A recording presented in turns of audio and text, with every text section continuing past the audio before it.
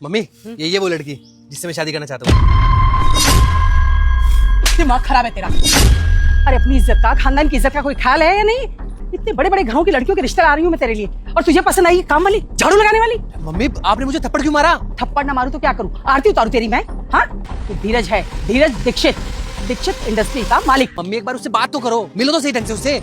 आप पहले जजमेंट दे रहे हो कि वो खराब है, आपको उसके बारे में कुछ नहीं पता। ये बहुत अच्छी लड़की है। बस बेटा, शादी ना सिर्फ दो लोगों का मेल नहीं होता है, दो परिवारों का, दो खानदान का मेल होता है। अरे हम इतने अमीर और हमारे समझे इतने गरीब, लोग हंसेंगे कि हमने क्या सोचकर इनके खानदान में शादी कर दी। मम्मी मैं इससे बहुत प्यार करता हूँ, ये बहुत अच्छी है और मुझे पता है ये अच्छे से समझेगी मुझे। हद है भाई, आजकल के बच्चे ना कुछ नहीं सोचते हैं, ना समझते हैं। तू इतनी बड़ी कंपनी का मालिक है, तू शादी करना चाहता है एक अनपढ़ गंवार सड़क पे झाड़ू लगाने वाली से? सोच कल को जब तुम्हारे बच्चे होंगे, ये उनको क्या परवरिश देगी? इसे खुद कुछ नहीं पता, ये उन्हें क्या बताएगी? कैसा फ्यूचर होगा तेरा आगे, सोचा है कभी तूने? अरे मम्मी अनपढ़ नहीं है वो, बहुत पढ़ी लिखी है। अरे बस कर, तू झूठ बोला होगा उसने। बड़ी लिखी होती तो यहाँ सड़क पे झाड़ू लगा रही होती। अगर तुम मेरे सच्चे भक्त हो तो इस चैनल को सब्सक्राइब करो और अपने 5 दोस्तों में शेयर करो। मैं जल्द ही तुम्हारे सारे दुख दूर कर दूंगी। आंटी मैंने कोई झूठ नहीं बोला, आप मेरे से एक बार बात तो करो, तभी तो आपको कुछ मेरे बारे में पता चलेगा। Shut up! तेरी औकात है मुझे आंटी बोलेगी? अरे तेरे जैसे लोग ना मुझे मैडम कह के बुलाते हैं, समझ गई? खबरदार दोबारा आंटी बोला तो तू चाहे कुछ भी कह दे, पर मैं तेरी शादी ना इस लड़की से तो बिल्कुल नहीं होने दूंगी, समझा? पर मम्मी मुझे बहुत पसंद है, आप एक बार बात तो करो। अब खड़े खड़े क्या देख रहा है? अरे इसके पास टाइम होगा, इसके टाइम की कोई वैल्यू नहीं है, पर हमारे टाइम की ना बहुत वैल्यू है। चल धीरज चल। मैंने आपको ज्यादा वेट तो नहीं कराया आंटी जी। तू ये क्या कर रही है? आंटी आप बैठिए, मैंने ही आपको यहाँ बुलाया है। तूने? ए हेलो, ये बॉस की सीट पे क्यों बैठ रही है तू?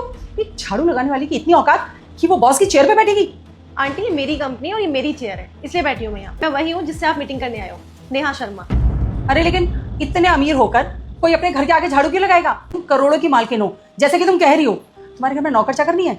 कोई और नहीं था जो बाहर सफाई कर सकता था? दरअसल आंटी मैं काफी समय से विदेश में रह रही हूँ और वहाँ से मैंने सीखा है कि वहाँ के लोग अपने घर की साफ सफाई खुद ही कर लेते हैं, फिर चाहे कोई अमीर हो या गरीब। इसीलिए मैं अपने घर के बाहर साफ सफाई कर रही थी। लेकिन हमारे देश की दिक्कत ये है, जो कचरा फैलाता है उसकी बहुत वैल्यू है और जो साफ करता है उसकी कुछ नहीं। रियली वेरी सॉरी बेटा, उस वक्त मुझे जो भी लगा मैंने सब बोल दिया।